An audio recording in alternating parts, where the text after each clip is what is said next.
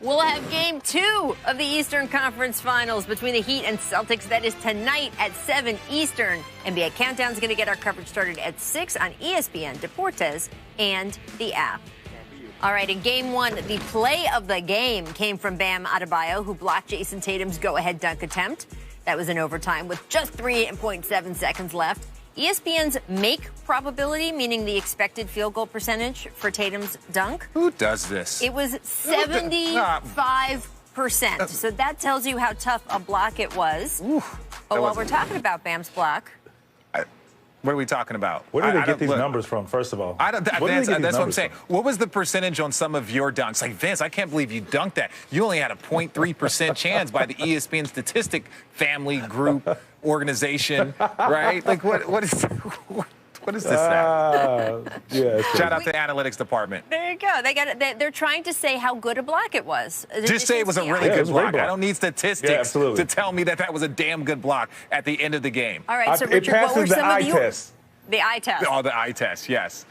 My favorite block. What was your favorite block of your career? And you can because Kendrick Perkins, this is the block right here. Look, they were the tie. Look at that left hand. Look at that standard definition too. That's not even in HD, ladies and gentlemen. That's how long ago I had the duck. Took out Big Boy Billups right there. Woo! Look at that. Watch me hype. Hey, we hyped in Detroit. You came Vince, from you have to understand. Out of nowhere too, big boy. Yeah, man, I was tracking them down. They weren't paying attention to me. You have to understand, Vince, that Richard feels some kind of way because yesterday on the show, Kendrick Perkins said, I'm a shot blocker. Richard, you wouldn't know because you didn't block shots. And not true. I played center, Moon Valley High School in Phoenix. Yeah. High school clips. I mean, I've witnessed you block some shots, so I can support you on that one. Thank you, man. We got a good man on this show now. Finally, somebody I can relate to, VC. Finally. My man. Vince, what was your favorite career block? Well, I've had a few that I've enjoyed, but as I've gotten older, one of my favorites was my good guy, Dirk Nowitzki, thinking that because we've been in the league that long that he could dunk on me. Together. Yeah. And I saw him trying to dunk on me. Stop it. He did what? Man, please. Oh, get that. Well, first of all, what was the probability block on that? Hey, it was 100%. 100% I'm blocking that. Because he got a jump shot block first. He got it back, and then he took the steps I was like, he's going to try to block it. But the wonderful thing about this is going into the timeout, he looks at me, he's like, yo, you fouled me.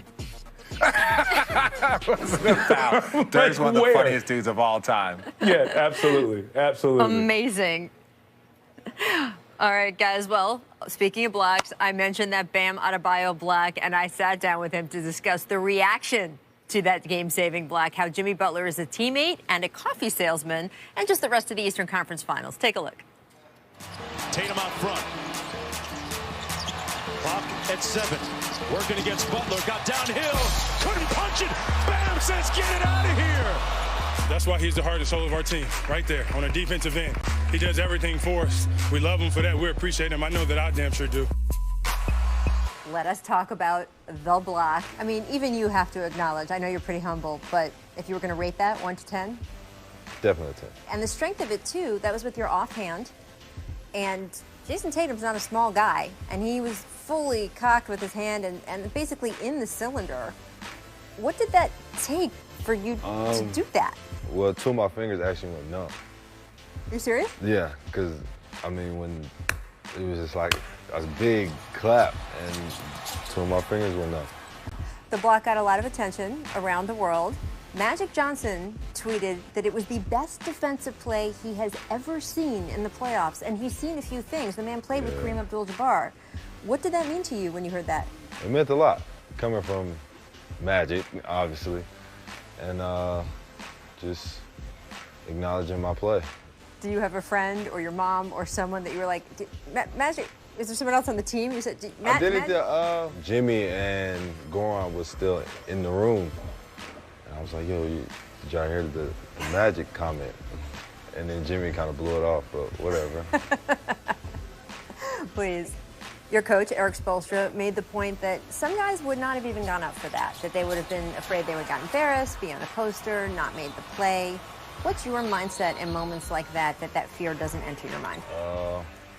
During that moment, it's the playoffs. we were already in overtime, and you can clearly tell nobody wanted to go into the second overtime. So at that point, you just full out effort. Give us your body. That's kind of been our saying in the bubble world. Like, just sacrifice your body for your teammates. And we all done it, and it was my turn. Well, Jimmy Butler says you are the heart and soul of the team. For a third-year player that, by the way, has Jimmy Butler on it, that is quite a statement. What do you think when you hear that? Great credit. You know, he sees how hard I work, my work ethic, and, you know, I want this team to be better. I hold myself to a high standard. Well, you mentioned your work ethic. I know where your work ethic comes from. You have a mom who made sure you had everything. She was raising you by herself in a trailer. And you took a picture of that trailer and you had it as the background on your phone for a while. I know you had a picture taped in your locker. You write the address sometimes on your shoes. Mm-hmm. What are you trying to remind yourself with that? Just where I come from.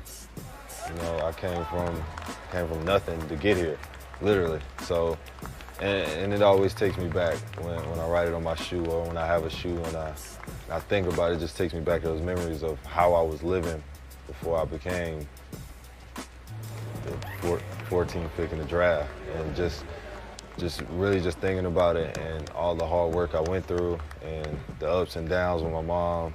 You know, it's just been a whirlwind. Before you became the guy that Magic Johnson's tweeting about. Yeah, that guy. That guy. That guy. Jimmy Butler isn't just mentoring you, he's also providing you with coffee. He has started a coffee business in the bubble. He says he's charging $20 a cup. Does he charge you, his teammate, $20? Yes, but I don't drink coffee, so okay. He's not getting my money. He's getting some of my teammates' money. He's not getting my money. I wanted to be part owner. See, people don't know that. And? I wanted to be part owner, and he told me no because I didn't know how to make coffee. Well, I mean, what were you bringing to the table, honestly? Shout outs.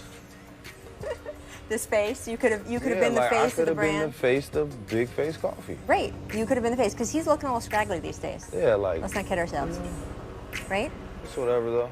It's okay. Cool. All right. So what are you going to pull out of your hat next? After you've done the block, now what? Oh, I don't know. I didn't know I was going to do that. So, but I don't know. The playoffs are meant for great players to make plays, so keep making plays. Who knows what he will do next? Thank you so much, Bam, for joining the show. To give you an idea of his defensive impact, the Celtics were 0 for 5 when contested by Bam in the fourth quarter and overtime, including, of course, the block. That is some excellent rim protection. As for the Eastern Conference Finals, Vince, which roster would you rather have? The Heat with Bam Adebayo, Jimmy Butler, and their young shooters, or the Boston Celtics? Well, we look at the organizations today. What are they looking for? They're trying to go younger and younger and younger. And I think the Boston Celtics have an array of young guys that are attractive. You look at Tatum, you look at Kemba, and on down the line. I mean, there's so many. Tatum, Brown. Look at this. I'm missing somebody else. Oh, Gordon Hayward. They have so many guys that you can build around that I think right now is just, that is the attractive. I mean, even Marcus Smart. I mean, I was going to say, don't forget Marcus Smart. You can just go on and on and on and on. I mean, you just have so many pieces at every position and that play multiple positions that any coach would love to coach this team. Yeah, no, I agree with Vince, but this is my thing. If Gordon Hayward were playing, if Gordon Hayward were healthy, I think it would be the Boston Celtics. And even still, it's close. But right now, you have the Miami Heat with a fully healthy roster. They got Kendrick Nunn back. You got the shooters in Duncan Robinson and Tyler Hero, who is balling. You added Jay Crowder, Andre Iguodala, even Kelly Olynyk. You look at this group, and they are too deep at every single position. That's what I really, really like about this team. And so without Gordon Hayward, it's the Miami Heat. So that's the thing. If Gordon's playing, you got to go Boston Celtic. But we haven't seen him in weeks. But don't you think part of it is that for the Heat with that roster to win, they have to have everyone playing exceptionally. They have to have everyone at their max. Whereas Boston, because they have so much depth with that talent, there are so many guys. Vince just rattling them off just took 30 seconds. That if you have one guy with a bad game, stop playing. It's okay. Yeah. If Tatum's not playing, Jaylen Brown. If Jaylen Brown's not playing, you have Yeah, but what if they're not shooting? Tyler's not making shots, you got Duncan Robinson making shots. If he's not making shots, you got Jay Crowder. You only need